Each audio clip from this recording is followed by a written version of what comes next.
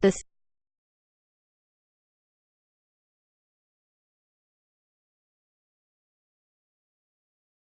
Seahawks' options for trading for help on their offensive line appear to be dwindling. The NFL trade deadline is now just a little over a week away, arriving next Tuesday, October 31, at 1 p.m. Seattle time. The Seahawks always try to be as active as possible if it makes sense, something General Manager John Schneider reiterated in his weekly interview on 710 ESPN Seattle, before Sunday's 24-7 win against the New York Giants. Just continuously in talks with as many people as we possibly can be, Schneider said. The Seahawks, in fact, have already tried to make moves to address the team's most obvious need, the offensive line. As reported last week, the Seahawks talked to Buffalo about left tackle Cordy Glenn, Houston about left tackle Dwayne Brown, and brought in free agent left tackle Brandon Albert for a visit that lasted roughly a week. But none of those avenues proved successful. And with the deadline nearing, it appears trade signing options may be getting even more scarce, with two news events Monday shrinking the pool. First, Brown, who had been holding out, which is what had led to trade talks, showed up to work in Houston and told reporters he doesn't want to be traded. And with Houston suddenly featuring one of the more exciting offenses in the NFL and appearing a legitimate playoff team, the Texans would have had less incentive to deal him anyway. Next, Cleveland left tackle Joe Thomas was ruled out for the year with a triceps injury suffered Sunday. It hadn't necessarily been considered that Thomas was going to be available for a trade. Thomas has said repeatedly he wants to stay in Cleveland, and the team has appeared to resist any trade offers for years. But with the Brown season again going down in flames, maybe they would have been more open to considering it as the deadline loomed. But that won't happen now, with Thomas suffering the first significant injury of his NFL career.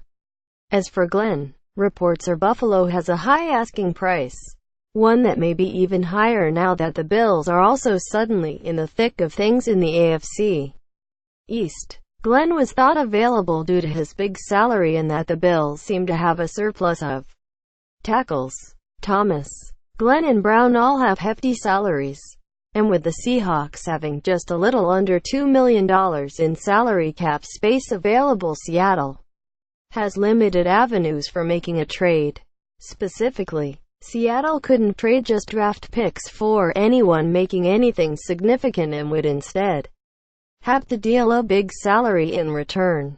Tight end Jimmy Graham is often mentioned in fan media speculation since he has a $10 million salary and will be a free agent at the end of the season.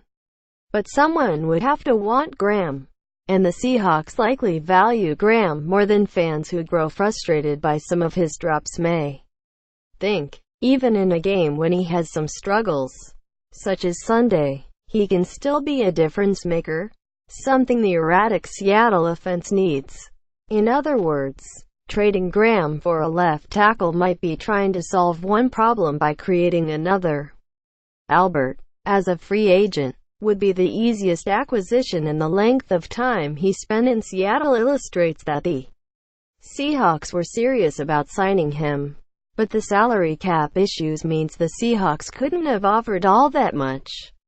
And for a player who will turn 33 next month and has had some recent injuries, they likely would have only wanted to offer a one-year deal at close to the veteran minimum. Anyway, $1 million. In Albert's case, it's possible that wasn't all that enticing to Albert, who has made roughly $52 million in his career. There are rumblings that Albert, who retired briefly in August before then being released by Jacksonville and becoming a free agent, may again be leaning toward retirement. Anything, of course, can theoretically happen. And while the Sheldon Richardson trade was an example of a time when a trade that had been discussed for months actually happened, More common is for trades to happen that no one knows anything about, but particularly in terms of big names who some thought might be available and would make the biggest potential impact on the offensive line. The options appear to be drying up some, and that would mean the Seahawks may be having to continue to dance the rest of the season with those who have brung them this far. The good news there is that some of Sunday's performances were promising. Pro Football Focus judged Sunday's game as the best of the year, and therefore, the career, for starting left tackle Reese Odhiambo, who is in his first season starting. The left guard tandem of Mark Lewinsky and Ethan Pochik also appeared to grade out pretty well. PFF assessed that they allowed just one quarterback pressure, and PFF also judged that right guard Oday Abushi did not allow any QB pressures. Right tackle Jermaine Ifedi had more obvious issues, though he appeared to settle down in the second half when the Seahawks scored 21 of their 24 points. As Schneider said, "Expect Seattle to keep looking. Getting something done, though, is starting to seem even trickier."